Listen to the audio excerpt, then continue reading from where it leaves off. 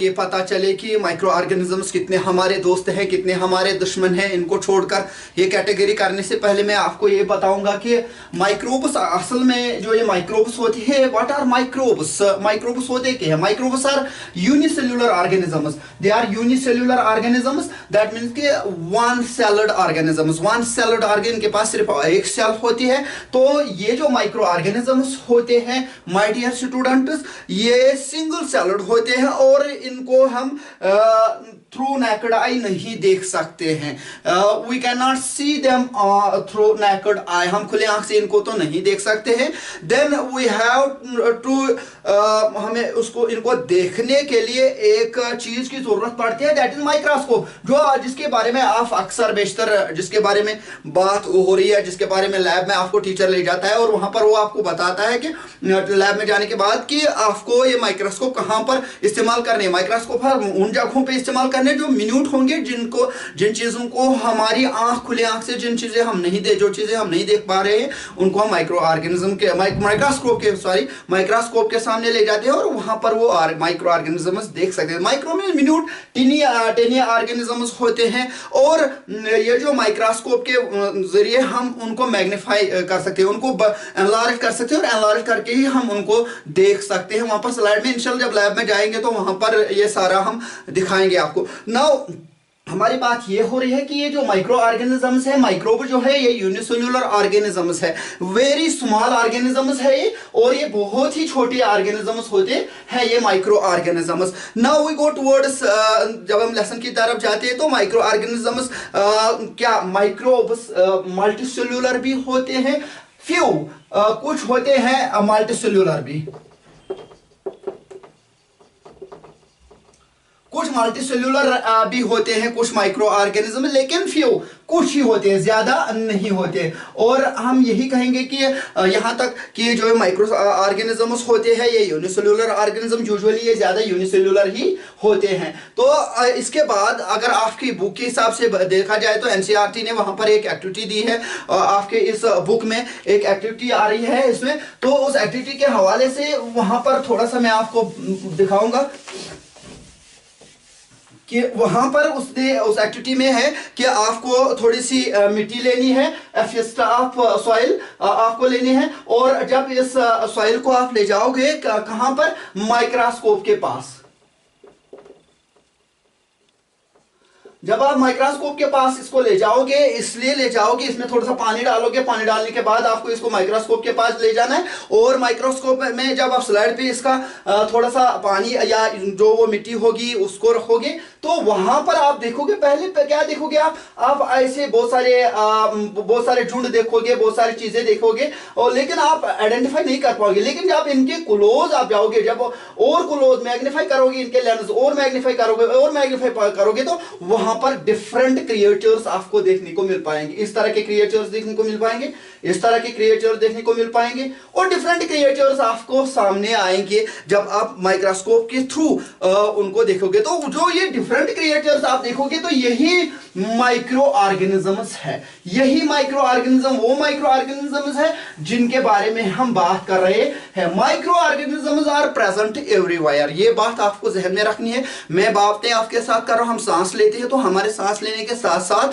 हमारे जिस्म के अंदर ये माइक्रो ऑर्गेनिजम्स एंटर हो जाते हैं, और बहुत सारे लाखों, उनमें कुछ अच्छे माइक्रो ऑर्गेनिजम्स होते हैं जो हमारे सेहत के लिए बहुत ही फायदेमंद होते हैं, लेकिन कुछ ऐसे भी माइक्रो ऑर्गेनिजम्स होते हैं जो हमारी सेहत के लिए ठीक नहीं होते, जो हमारे जिस्म के लिए ठीक नहीं होते हैं, वो हमारे जिस्म को जरूरत ही नहीं होते हैं। तो यहां तक हमने पढ़ा कि माइक्रो ऑर्गेनिजम्स जो होती है ये यूनिसेल्युलर है, few are multicellular. Now we go towards where they live, ये जो माइक्रो ऑर्गेनिजम्स होते हैं ये कहां पर रहते हैं, ये कहां पर रहते हैं। मैंने आपको यही कहा कि जो माइक्रोब्स होते हैं, योर क्वेश्चन इज कि जो आपका क्वेश्चन है वेयर दे लिव, ये कहां पर रहते हैं,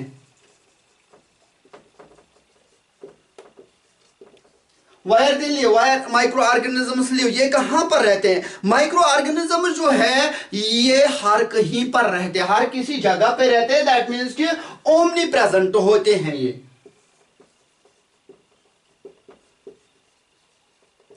omnipresent, omnipresent means everywhere, omnipresent means everywhere, ये हर कहीं पर होते हैं, ये माइक्रो ऑर्गेनिजम्स हर कहीं पर होते हैं, एवरीवेयर, एवरीवेयर डियर स्टूडेंट्स। तो आप कहोगे सर कहां कहां पर होते हैं, क्या ये पोलर एरियाज में होते हैं, क्या ये जो हमारे हॉट स्ट्रीम्स होते हैं क्या वहां पर भी होता है? हाँ, हर कहीं पर ये माइक्रो ऑर्गेनिजम्स अवेलेबल होते हैं। हमारे inside the body micro organisms available होते हैं, outside the body micro organisms available होते हैं, क्योंकि इनकी बहुत जरूरत है। चाहे एनवायरनमेंट की बात की जाए या हम हमारी बात की जाए, ह्यूमंस की बात की जाए, हर कहीं पर are all micro organisms microbe same, क्या सारे माइक्रो ऑर्गेनिजम्स सेम होते हैं? वन मोर क्वेश्चन आपने किया कि सारे माइक्रो ऑर्गेनिज्म, सर क्या सारे माइक्रो ऑर्गेनिज्म सेम होते हैं? Are all microbe same? ये एक इंपॉर्टेंट चीज है यहां पर। आप कहोगे सर क्या ये ऑल माइक्रो ऑर्गेनिज्म सेम होते हैं कि नहीं? मैं कहूंगा नो, नो, सारे माइक्रो ऑर्गेनिजम्स से माइक्रोब्स सेम नहीं होते हैं। All microbes are not bacterias, सारे माइक्रोब जो है ये बैक्टीरियाज नहीं होते। क्यों मैंने यहां बैक्टीरिया की बात की? हर वक्त आप घर में जाते हो तो घर में आपको मम्मी कहती है कि साबुन से हाथ धो के आ जाओ, बैक्टीरिया होंगे हाथों में, तो जो बर्तन पे आपने खाया है उसको पहले साफ करो खाने के बाद, ताकि बैक्टीरियाज उनमें नहीं आएंगे, बैक्टीरिया उन पे नहीं जम जाएंगे। तो इसीलिए मैंने यहां पर ये सवाल किया कि आर ऑल माइक्रोब सेम, क्या सारे माइक्रोब सेम होते हैं? सारे माइक्रोब बैक्टीरिया होते हैं? जैसे अक्सर कहावत है, अक्सर हम ये कॉमन यूज करते हैं ये वर्ड बैक्टीरिया हर कहीं पर। मैं कहूंगा no, all microbes are not bacterias, all microbes are not bacterias. सारे माइक्रोब्स बैक्टीरियाज नहीं हैं, सारे माइक्रोब्स बैक्टीरियाज नहीं है, इनके डिफरेंट कैटेगरीज है, इनके डिफरेंट कैटेगरीज है, माइक्रोब्स के डिफरेंट कैटेगरीज है।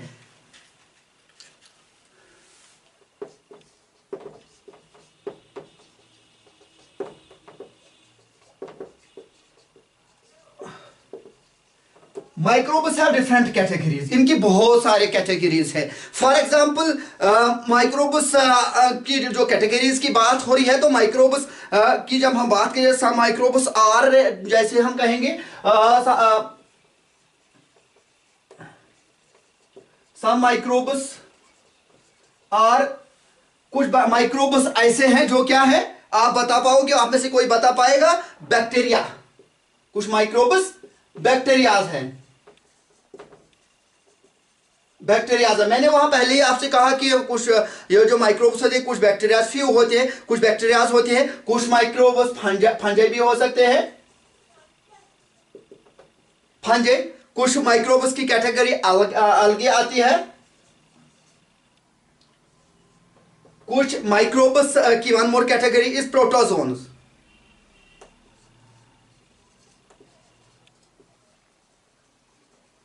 प्रोटोजोनस। तो प्रोटोजोनस को प्रोटिस्टा भी कहते हैं, प्रोटिस्टा भी कहते हैं। लेकिन यहां पर आपको कंफ्यूज होने की कोई बात नहीं है कि ये प्रोटिस्टा, मैंने यहां पर कहा कि ये कोई अलग वर्ड है, ये प्रोटोजोन ही है। आप यहां तक यही याद रखिए कि ये प्रोटोजोनस है। तो यहां तक हमने पढ़ा कि जो ये माइक्रो ऑर्गेनिजम्स होते हैं इनकी डिफरेंट कैटेगरीज है, और डिफरेंट कैटेगरीज ये है, कुछ माइक्रो ऑर्गेनिज्म के कुछ कैटेगरीज बैक्टीरिया है, फंजाई की है, अलगी के है, प्रोटोजोन की है और प्रोटोस्टा की है। और इसके बाद जब आपकी इस चैप्टर की जानिब हम जा रहे हैं, माइक्रो ऑर्गेनिज्म फ्रेंड्स एंड फोज, इसमें जाएंगे तो वहां पर कुछ इमेजेस आपको देखने को मिल पाएंगे। यहां पर उनकी पूरी मैं विजुअल नहीं दिखा पाऊंगा, लेकिन थोड़ा सा मैं कोशिश करूंगा आपको ये दिखाने के लिए। कुछ एक ऐसे आएगी, एक इमेज वहां पर ऐसे है, थोड़ी सी मैं बताऊंगा आपको। एक इमेज इस तरह की है, तो थोड़ा सा आप इस पे, एक इमेज ऐसी है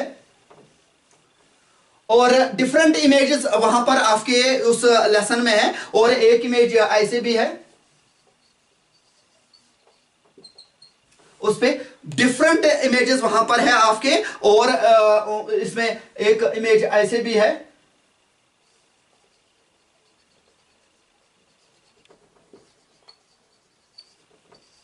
डिफरेंट इमेजेस वहां पर है, और एक इमेज ऐसे भी है। आप थोड़ा सा इनको देखकर ही पहचान पाओगे ये इमेजेस है क्या। और एक इमेज ऐसे भी है, इसके इसमें बहुत सारे इमेजेस है, इसमें ऐसे भी इमेज है जो इनके कैटेगरीज है। तो मैं आपको यहां पर वन बाय वन इनको थोड़ा सा बताऊंगा ये कौन सी इमेज क्या है, और आपके इमेज की इसलिए मैंने यहां पर दिखाई। जो ये पहला वाला है, तो यहां पर आप जब ये इमेज देखोगे, ये तो क्लैमाइडोमोनास है, डोमिनस माइक्रोब है। इसके बाद जब ये वाला जो है, और नेक्स्ट आपकी है वहां पर स्पाइरोगायरिया। नेक्स्ट उसके बाद जब जाओगे तो अमोबा, उससे आगे जाओगे तो पैरामोशियम,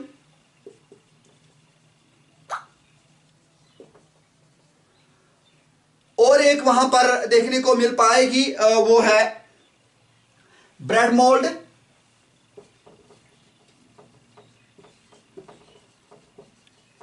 ब्रेड मोल्ड। उससे आगे और एक वहां पर है Penicillium,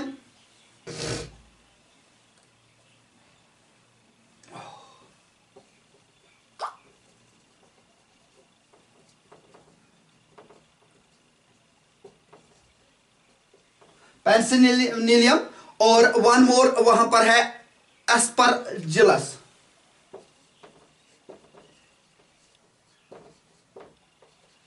Aspergillus.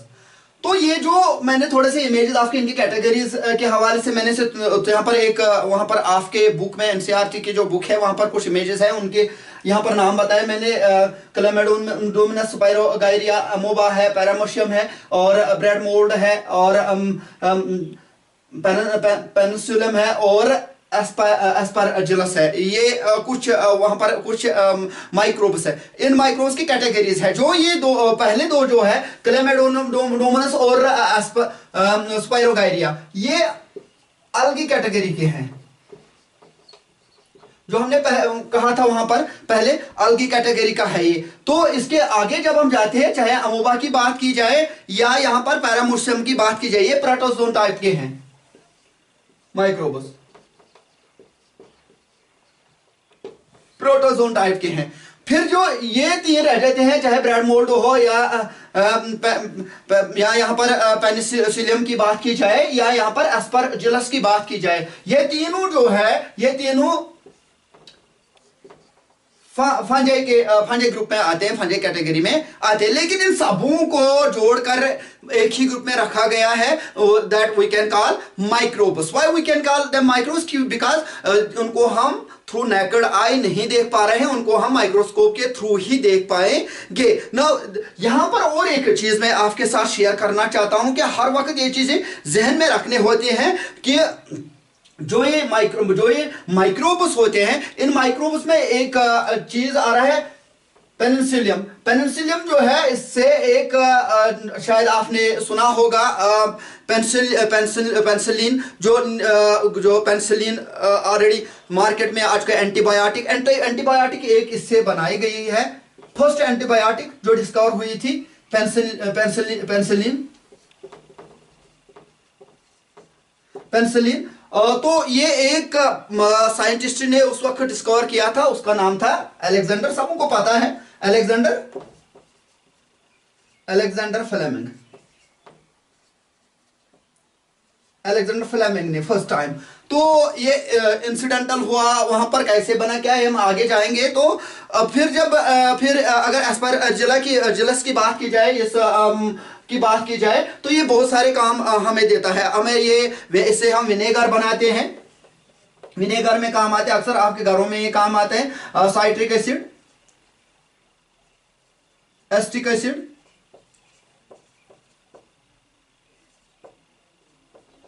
Acid etcetera and so on. तो यहां तक आपको मैंने थोड़ा सा इनके कैटेगरीज के हवाले से बताया। नाउ वी गो फॉरवर्ड, हम आगे जाएंगे और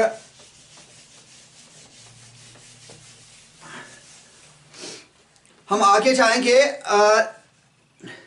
ये जो जितने भी ये माइक्रोब्स है इनके they all have different work to do.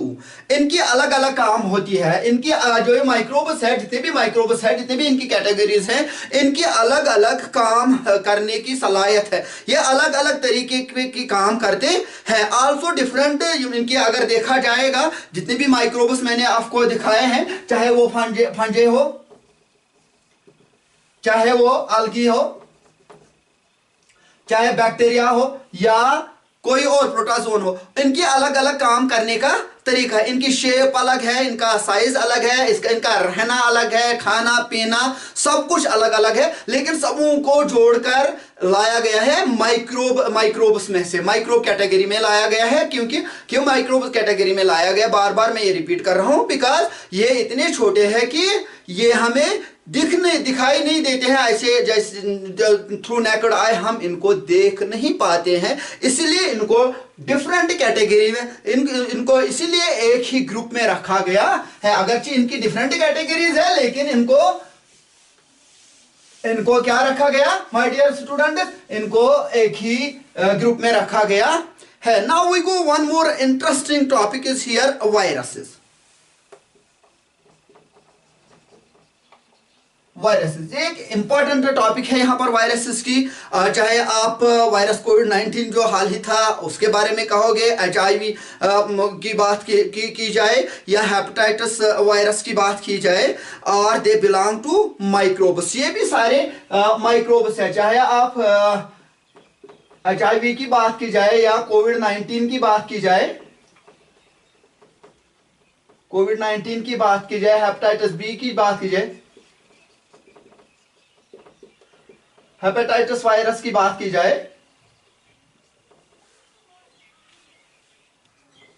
इनका जो ये यूनिक है, जो वायरसेस होते हैं, यहां तक आपने पढ़ा कि बैक्टीरिया आपने हमने कैटेगरीज कहे, उनके डिफरेंट कैटेगरीज है, तो लेकिन यहां पर जो वायरस की बात आ रही है, इन माइक्रोब्स में वायरस की बात है, ये यूनिक है। इनकी काम करने का ढंग अलग है, इनका रहना सहना, इनका सब कुछ अलग है, इनका सब कुछ अलग है। क्या सब कुछ अलग है। हम यहां पर ये कहेंगे, ये भी हमें ध्यान में रखना है, जो ये वायरसेस होते हैं, वायरसेस होते क्या है असल में। वायरसेस जो है इनके पास सेल नहीं होते हैं, they have no cells, sir अगर वायरस के पास सेल नहीं है तो ये कैसे ब्रीड करते, फिर ये कैसे बन जाते हैं, फिर इनको क्या कहा जाएगा, क्या are they belong to microbes, क्या ये माइक्रोब कैटेगरी में आते हैं या नहीं आते हैं। इस पे बहुत सारे टॉपिक्स है, इस पे बहुत सारे लेक्चर्स हैं, इस पर बहुत सारे साइंटिस्ट ने आज तक रिसर्च किया है। हम ये कहेंगे, मैं ये कहूंगा इस चीज पे रजामंद हूं, पार्टली यस पार्टली नो। मैं कहूंगा होंगे भी और होंगे भी नहीं ये माइक्रोब्स। क्यों होंगे नहीं माइक्रोब्स, क्योंकि इनके पास सेल ही नहीं है। होंगे क्यों, फिर ये बनते क्यों कैसे हैं, फिर ये कैसे आते हैं, मैं आगे बताऊंगा आपको ये कैसे आते हैं। लेकिन मैं अभी यहां तक जाऊंगा, मैं कहूंगा सर जो ये वायरसेस है पार्टली ये माइक्रोबस है, पार्टली माइक्रोबस नहीं है। आप लोगों ने अक्सर वो भूत के फिल्म्स वो आपने देखे होंगे, हर किसी टीवी में आपने वो फिल्म मूवीज आप देखते हो, तो वहां पर जो भूत की फिल्म होती है, तो वहां पर अक्सर असल में जो भूत होता है वो इंसान नहीं होता है, वो उसकी इमेज होती है। वो कभी कभार लोगों को डराती है वो इमेज, कभी कभार वो किसी और चीज को डराती है। दैट मीन्स कि वो होती ही नहीं है। डराने के लिए तो होती है लेकिन होती ही नहीं है, वो होती ही नहीं है।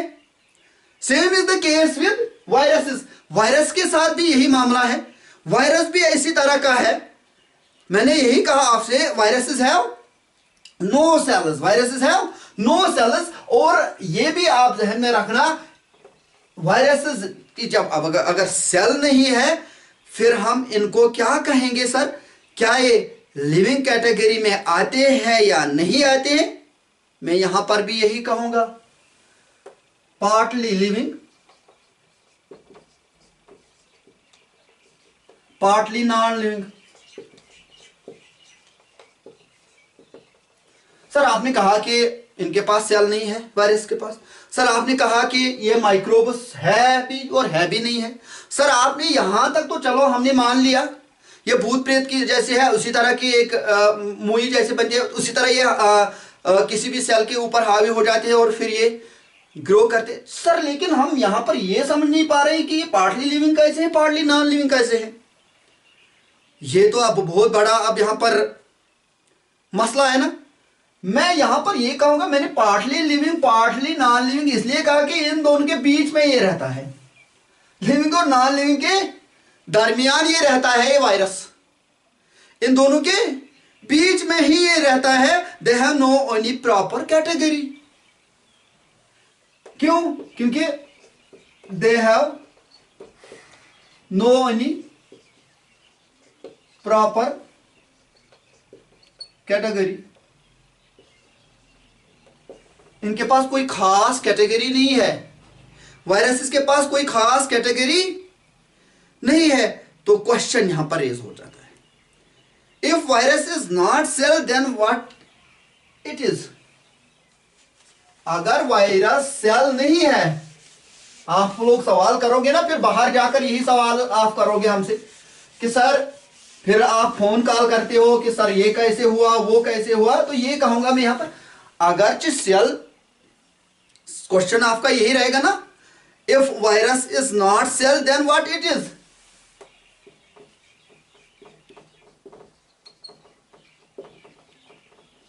Not cell then what it is. अगर वायरस सेल नहीं है, अगर वायरस सेल नहीं है तो फिर है क्या? जी मैं आपको बताऊंगा। यहां पर आपने, आप बुक पर भी जाओगे तो वहां पर आपको इसकी इमेज आपको देखने को मिल पाएगी। तो इसकी इमेज इस तरह से लगभग वहां पर है, देख लेना। बुक जो है आपकी, उस बुक पर देख भी लेना। ये जो इमेज थोड़ी सी इधर उधर होगी, लेकिन आप बुक पर भी देखना कि इसकी इमेज कैसे है।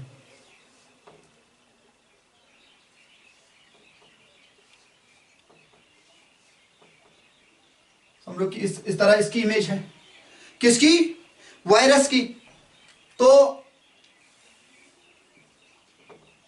इसका जो आउटर मेम्ब्रेन है, असल में इस क्वेश्चन का जवाब हमें चाहिए ना, if virus is not cell then what it is. ये है क्या? फिर है क्या? इसका जो आउटर स्ट्रक्चर जो है, इसका जो मैं स्ट्रक्चर थोड़ा सा इसका बनाया, आउटर मेम्ब्रेन जो है इसका, वो प्रोटीन है। क्या है बेटा? प्रोटीन। वो प्रोटीन है। और जो इसके बीच है वो न्यूक्लिक एसिड है। ये वाला जो है ये न्यूक्लिक एसिड का बना हुआ होता है। तो सेल कहां कहीं पर आई? यहां पर नो, नहीं, यहां पर सेल कहीं पर भी नहीं आई। यहां पर सेल कहीं पर भी नहीं आई। स्ट्रक्चर ऑफ वायरस जो मैंने बनाया यहां पर, इसमें क्या होता है? इस न्यूक्लिक एसिड में, इसमें डीएनए होता है। इसमें डीएनए होता है बेटा। Virus is protein and nucleic acid. Virus is protein and nucleic acid. यहां पर ये याद रखना, मेमोराइज करके रखना, virus is protein and nucleic acid, not a cell, not a cell. तो यहां पर मैंने यहां पर फिर और एक कहा कि ये डीएनए है। डीएनए मटेरियल एक है, डीएनए मटेरियल है। डीएनए है क्या? डीएनए जेनेटिक मटेरियल होता है, जेनेटिक मटेरियल।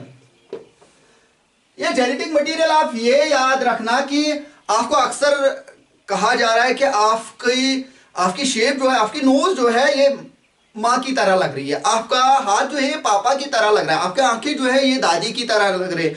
इसी तरह ये जीन फैक्टर होता है। तो ये डीएनए एक जीन फैक्टर है इसमें, किसमें? वायरस में। और आप हुबहू कहते हैं ना, आप हुबहू पेरेंट की तरह हो। तो ये डीएनए जो है अक्सर इसमें बहुत, आपको आगे जब बड़े क्लास में जाओगे तो वहां पर आपको इसके हवाले से फुल वजाहत दी जाएगी। तो ये डीएनए जेनेटिक मटेरियल है, ये एक जेनेटिक मटेरियल है। इससे इंफॉर्मेशन मिलती है किस चीज की, हमें आपके पेरेंट्स की। इसी जेनेटिक मटेरियल से हमें इंफॉर्मेशन मिलती है कि पेरेंट्स की इंफॉर्मेशन हमें मिलती है कि he belongs with dash parent, dash parent, a parent, b parent और c parents। तो ये हमें यही इंफॉर्मेशन देता है ये डीएनए। लेकिन आप कहोगे sir what is DNA, what is DNA? जो ये डीएनए है माय डियर स्टूडेंट्स, क्वेश्चन यहां पर आप कहोगे व्हाट इज डीएनए? इस वायरस के पास ये डीएनए क्यों है? ये जो डीएनए है नेचर में होता ऑलरेडी, ये एक नेगेटिवली चार्जड एसिडिक कंपाउंड है।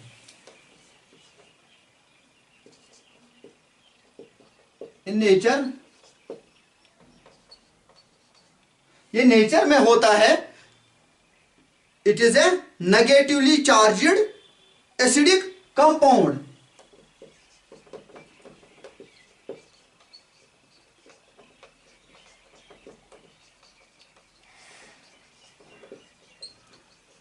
एसिडिक कंपाउंड होता है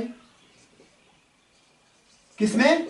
नेचर में ऑलरेडी ये होता है, नेचर में ऑलरेडी ये एग्जिस्ट होता है, इसमें इसकी कोई प्रॉब्लम नहीं। और वायरस की हम बात कर रहे हैं तो ये जो एसिडिक कंपाउंड है यही इसी का नाम है, ये जो एसिडिक कंपाउंड है, एसिडिक कंपाउंड है, यही जेनेटिक मटेरियल है, जेनेटिक मटेरियल है।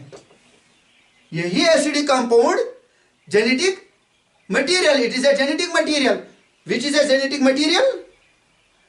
Acidic compound is a genetic material. किसमें? वायरस में। किसमें? वायरस में। इन वायरसेस नो सेल्स, हमने ये कहा but is made up of, फिर मैं रिपीट कर रहा हूं, but is made up of protein and nucleic acid, protein and nucleic acid, and it will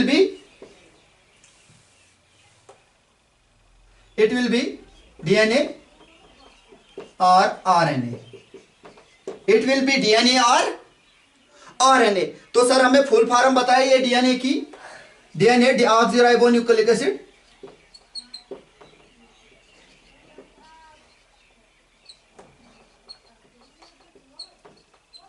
acid, and RNA refers to ribonucleic acid।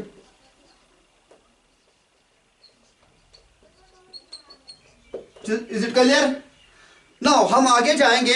It means, इसका मतलब अब यहां पर आपको ये जहन में रखना कि virus have no cell, virus have no cell present in it. Virus में कोई सेल ही नहीं है। Is it okay? Is it clear? यहां तक तो क्लियर हुआ। फिर क्वेश्चन रेज होगा, फिर से क्वेश्चन रेज होगा, फिर से क्वेश्चन रेज होगा, सर हमें जुकाम होती है तो हमें घर में कहा जा रहा है कि वायरस हो चुका है, कोविड कैसे फिल हुआ, HIV पॉजिटिव कैसे आता है इंसान, हेपेटाइटिस का वायरस कैसे फिर स्प्रेड हो जाता है। डिफरेंट चीजें आपके दिमाग में आएंगे बम्बास्ट की तरह, और आप हर किसी चीज पे क्वेश्चन करते जाओगे। मैं कहूंगा, आप कहोगे how viruses must work then.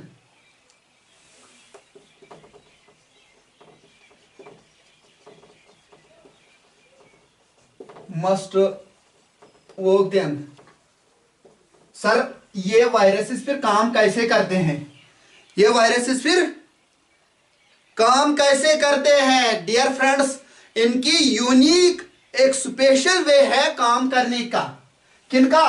Viruses का स्पेशल वे है। Viruses must work then. फिर सवाल ये हो रहा है कि how viruses must work then, फिर वायरसेस काम कैसे कर रहे हैं? तो जो वायरसेस है special way to work, they have special way to work, इनकी खास एक तरीका है काम करने का, इनका खास एक तरीका है। आपको मैं यहाँ पर ये दिखाऊंगा कि यहाँ पर थोड़ा सा आप इमेज की जानिब जाओ, थोड़ा सा विजिबल होगा आपको, तो आप यहाँ पर देखना कि मैंने वहाँ पर जो इमेज बनाई थी वायरस की, तो मैं यहाँ पर भी थोड़ा सा बनाऊंगा वो। देखिए ये वायरस है, तो ये वायरस जो है फॉर एग्जांपल ये वायरस है, और ये वायरस जो इसके अंदर, मैंने इससे पहले भी आपको कहा कि जो इसके अंदर जेनेटिक मटेरियल है, ठीक है।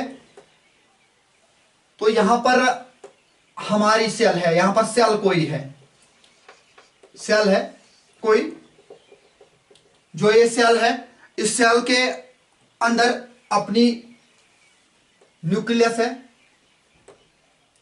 न्यूक्लियस के अंदर जो ये वायरस है, वायरस यहां से जाता है सेल के ऊपर, यहां पर स्टिक हो जाता है, कुछ समय तक यहां समय कुछ यहां बिताता है, ये होस्ट सेल में कहूंगा, इसको होस्ट सेल भी आप कहोगे, होस्ट सेल, जिस पर ये अपना निजाम बनाता है, जिस पर ये अपना तरीका बनाता है। फिर यही सेल, यही वायरस आहिस्ता आहिस्ता अंदर जाता है, स्लोली स्लोली ये इसके अंदर जाता है, और इसके अंदर जाने के बाद ये क्या करता है, ये इसके अंदर जाने के बाद एट लास्ट फॉर एग्जांपल ऐसे ये बना, ये वायरस की सेल, और ये वायरस है, और ये मैं यहां पर रेड से करूंगा, ये वायरस है, ये सेल है जिस होस्ट सेल पे भी बैठा। फिर आहिस्ता आहिस्ता ये इस सेल को अपने काबू में करता है, ये वायरस इस सेल को अपने काबू में करता है। काबू करने के बाद होता क्या है, जो ही ये सेल को इस तरह इसके सेल के अंदर जाता है, तो ये सेल जो है ये डिस्टर्ब हो जाती है, सेल जो है सेल डिस्टर्ब हो जाती है। जब सेल डिस्टर्ब होनी शुरू हुई तो होगा क्या, ये जो है ये पॉजेस हो जाती है, मैं कहूंगी ये पॉजेस हो जाती है सेल, जो सेल थी इसके अंदर वायरस दाखिल हुआ तो ये पॉजेस हो गई, ये हैंग हो गई। अब क्या सेल क्या जब डिस्टर्ब होगी तो इसको पूरा लपेट लेता है कौन, वायरस। तो ये वायरस इसको पूरा लपेट लेता है, या ऐसे अपने वायरस बनाते जाता है, ऐसे अपने वायरस बना जाता है, एक फोर्स बना के जाता है, और सेल इल हो जाती है, बीमार पड़ जाती है, सेल पूरी तरह से बीमार पड़ जाती है। अब जो वायरस इस पे करते हैं वही हो जाता है सेल के साथ, सेल का अपना निजाम खत्म, और वायरस ने यहां पर अपनी फौज छोड़ के रखी है। इसका जो आने का तरीका, खाने का तरीका, रहने का तरीका अलग है बाकी चीजों से, बाकी जो माइक्रोब्स है उनसे अलग है, ये हावी हो जाते, इनके रहने का तरीका अलग सा है वायरस का बाकी माइक्रोब्स को लेकर। और इस तरह से सेल के अंदर ही अपना फोल्ड तैयार कर लेता है और अपने आप को स्टेबल करके रखता है। अब सवाल होता है आपको, अब हम जाएंगे यहां पर थोड़ा सा, यहां तक आपको थोड़ा सा ये अंडरस्टैंड मैंने किया, तो आपको अब अंडरस्टैंड हो चुका होगा कि ये जो वायरस है, वायरस का वर्क करने का जो तरीका है अलग है, डिफरेंट है। और अब हम जाएंगे फ्रेंडली माइक्रोब्स की तरफ।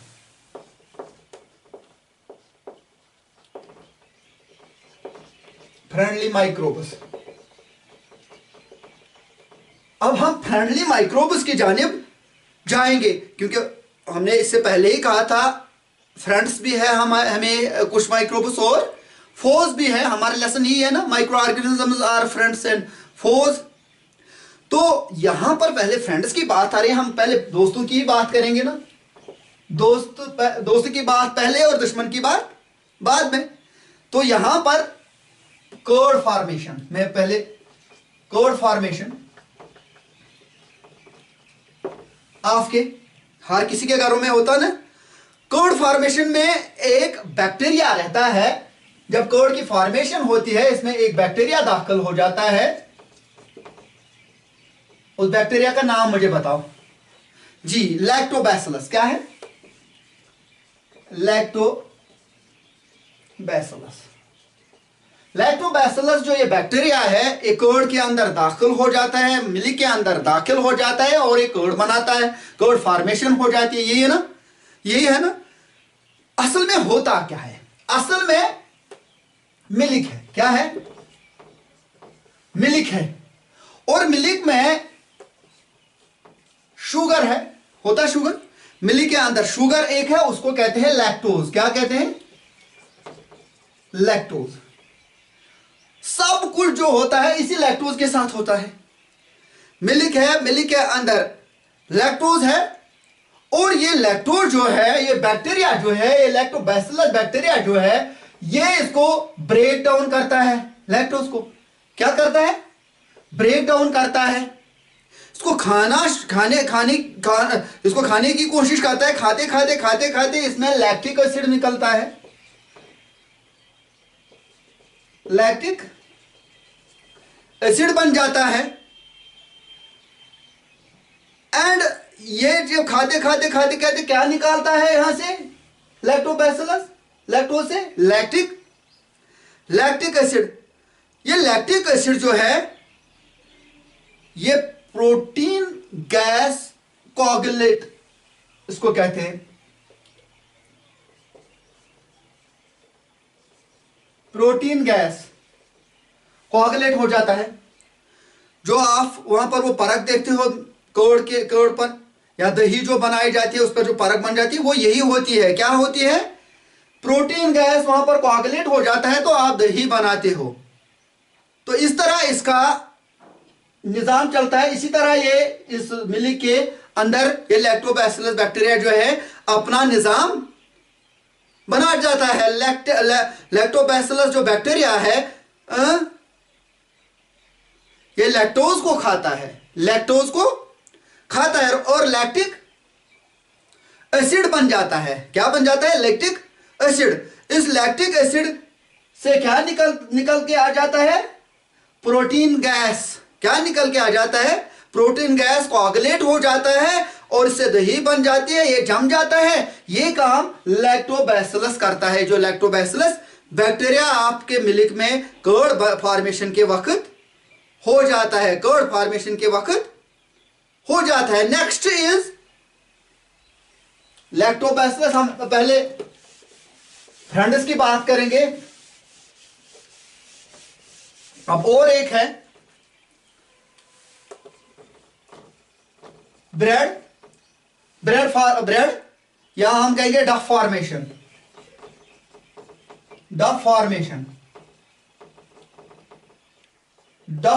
ब्रेड या डफ फॉर्मेशन। ब्रेड और डफ फॉर्मेशन नेक्स्ट है। आपने देखा है कि अगर हम फॉर्मेशन की बात करेंगे, ब्रेड फॉर्मेशन की बात करेंगे तो लुईस पास्चर की जो वर्क है फॉर्मेशन पे, उसने दो चीजों पे प्रोसेस किया है। एक किया है फॉर्मेशन पे और पास्चराइजेशन पे, दो जगहों पे किया ना उसने। तो हम लुईस पास्चर का जो मेथड है वही यहां पर ब्रेड फॉर्मेशन की अगर बात की जाए, ये किससे होता है? एक माइक्रोब से। ब्रेड फॉर्मेशन माइक्रोब से होती है। किससे होती है? माइक्रोब से होती है। और ये माइक्रोब कौन सा माइक्रोब? Yeast microbe. ये यीस्ट है क्या? ये फंजे है। क्या है?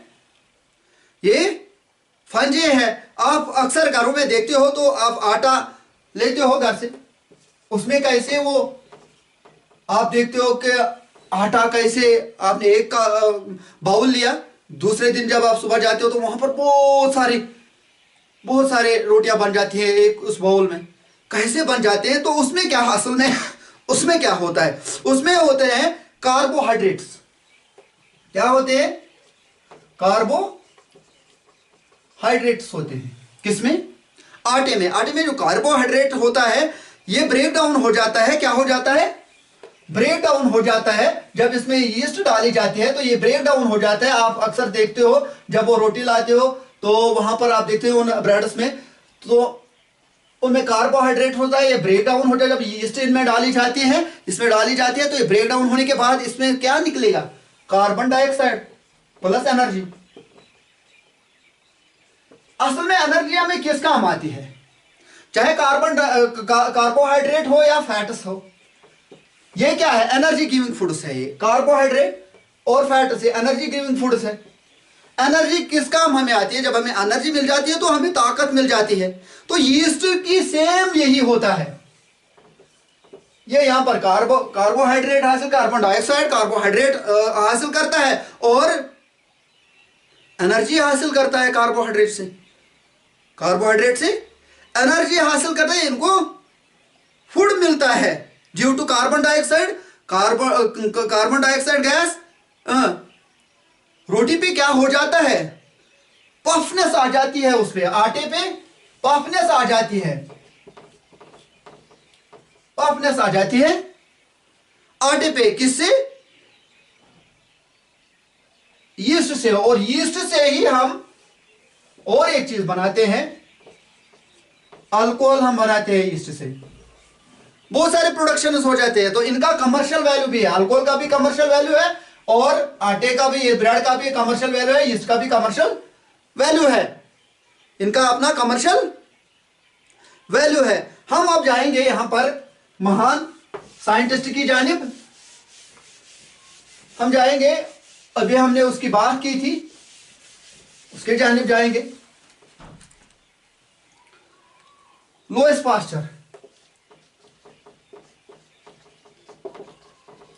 महान साइंटिस्ट लुईस पास्चर की जानिब जाएंगे। तो इसने क्या दिया? प्रोसेस एक की है, उस प्रोसेस का नाम है फॉर्मेंटेशन। क्या है नाम उसका? फॉर्मेंटेशन।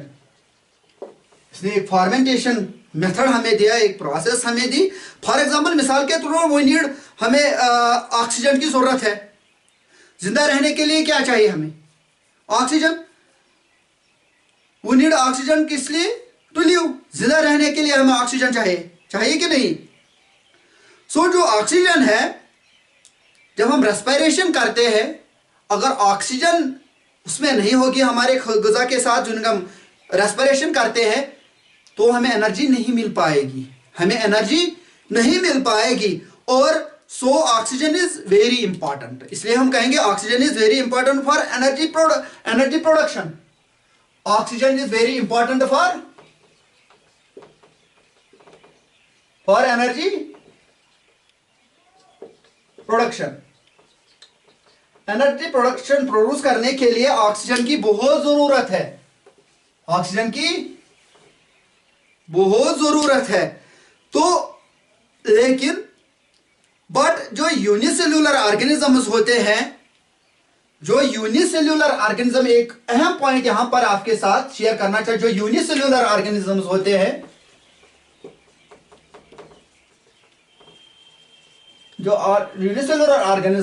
हैं, ये जिंदा रहते हैं विदाउट ऑक्सीजन।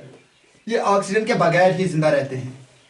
ऑक्सीजन के बगैर ही जिंदा रहते हैं। They make energy without oxygen. ये ऑक्सीजन के बगैर ही एनर्जी बनाते हैं। कौन? Unicellular organisms, unicellular microbes. This process is called fermentation. इसी प्रोसेस को लुईस पास्चर ने कहा, इसे फॉर्मेंटेशन कहते हैं। ऑक्सीजन के बगैर एनर्जी प्रोड्यूस करना, इसी प्रोसेस को फॉर्मेंटेशन कहते हैं। ये किसने कहा? लुईस पास्चर ने। और अब आप आगे जाएंगे इस एक्सरसाइज के हवाले से। हमने वहां पर कहा था कि अल्कोहल हो, यीस्ट हो, आटा हो, इनका कमर्शियल वैल्यू है। कमर्शियल वैल्यू इनका है, इनका कमर्शियल प्रोडक्शन है। थोड़ा सा हम बताएंगे यहां पर किस चीज का, कौन सा प्रोडक्शन कमर्शियल प्रोडक्शन है। मैंने अल्कोहल कहा। अल्कोहल की बात की जाए तो ये हम किस काम लाते हैं? Use it in sanitisers. ये सैनिटाइजर्स में आपको ज्यादा याद होना चाहिए, सैनिटाइजर्स में यूज हुआ जब कोविड हुआ, तो उस वक्त हर किसी के घर में, हर किसी के पास जेब में रहता था। जहां कहीं पर भी जाते थे तो सैनिटाइजर साथ होता है, हाथ से हाथों पे लगाते थे। तो इसमें ये इस काम आता है, लेबोरेटरीज में काम आता है, लेबोरेटरीज में काम आता है। ये कुछ लोग ऐसे जो कंज्यूम इसको करते हैं, जो कंजप्शन इसका करते हैं, किसका? अल्कोहल का कंजप्शन करते हैं, एटसेट्रा एंड सो ऑन। ये रहा अल्कोहल। इसके बाद विनेगर जो एसिटिक एसिड है, विनेगर क्या है? Acetic acid. विनेगर क्या है? Acetic acid. ये कहां पर आप इस्तेमाल करते हो? और कोई घरों में आप लोग इस्तेमाल तो करते हैं। किस में इस्तेमाल करते हो? अचार जो बनाई जाती है, आपकी माएँ जो अचार बनाते हैं उसमें इस्तेमाल किया जाता है।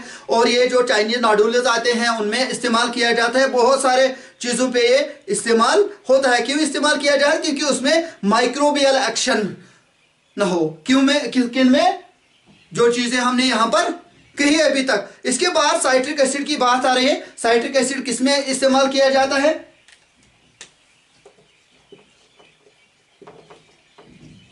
साइट्रिक एसिड जो है ये किसमें इस्तेमाल किया जाता है? टैबलेट्स इससे बनाए जाते हैं। इससे टैबलेट्स बनाए जाते हैं।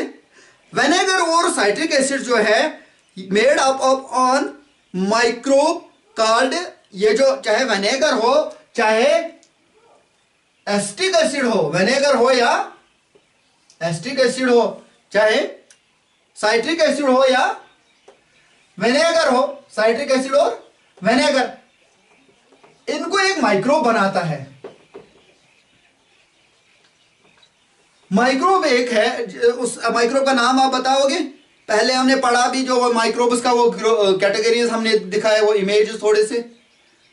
Aspergillus microbe, Aspergillus microbe, it is also, ये एस्परजिलस क्या है? ये फंजे है। एस्परजिलस खुद फंजे है। क्या है? फंजे। तो यहां तक आपको क्लियर हुआ? Now we go forward. अब हम आगे जाएंगे।